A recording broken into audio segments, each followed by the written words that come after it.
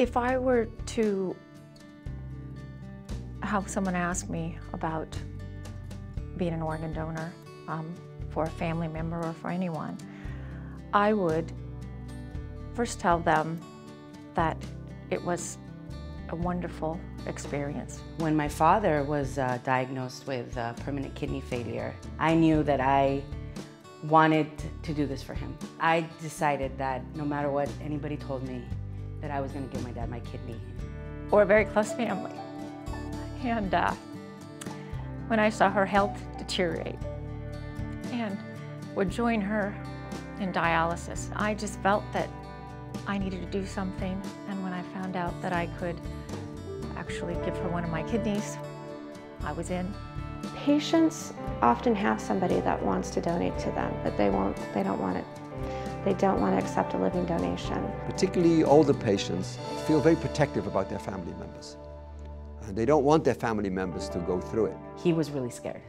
He didn't want me to do it. She said absolutely not. I actually had to convince her. It took me about a year. Part of that is based on fear, and part of it is based on a lack of understanding of what the process is of living donation. We separate the care of the recipient from the care of the donor. Not just their health in the narrow sense of having an operation, but the health in the broader sense, their psychological health, their long-term health. All this is considered.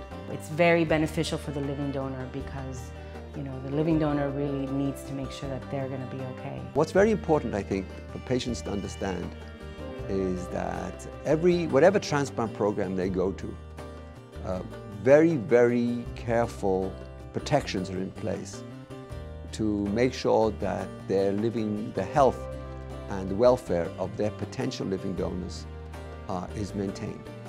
And every program has people who advocates for the individual care of potential living donors. So someone might say, oh, I'm afraid, I don't want my daughter to go, I don't want my wife to be considered, I'm afraid for them. Well, the transplant programs will also be afraid for them. And the transplant programs will also advocate for them.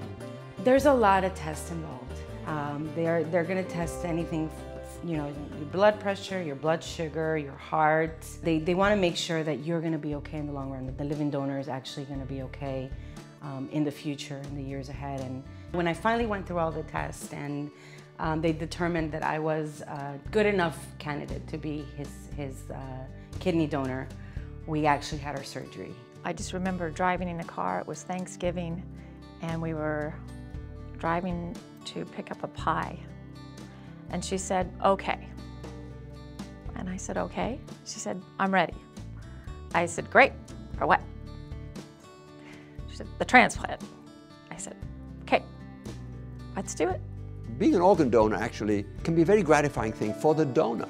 For many living donors, they will look back on the process as perhaps sometimes one of the most meaningful acts they've done in their lifetime. It was a relatively painless process that I want people to know how easy it is. It is just the most rewarding thing to see your loved one, you know, having gone from something so drastic and so horrible like dialysis and depression and just being so sick to all of a sudden finding a new lease on life.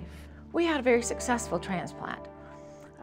They told us it would be about 7 years, and it was 20 years. Not only do you hear about how meaningful it becomes, and often people see it as being the best thing that they've ever done in their life. I've gotten to meet a lot of wonderful people, transplant recipients and living donors.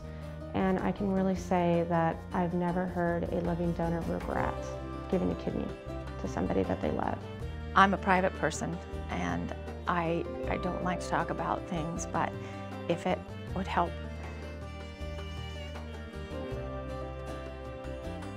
someone decide, it's worth it.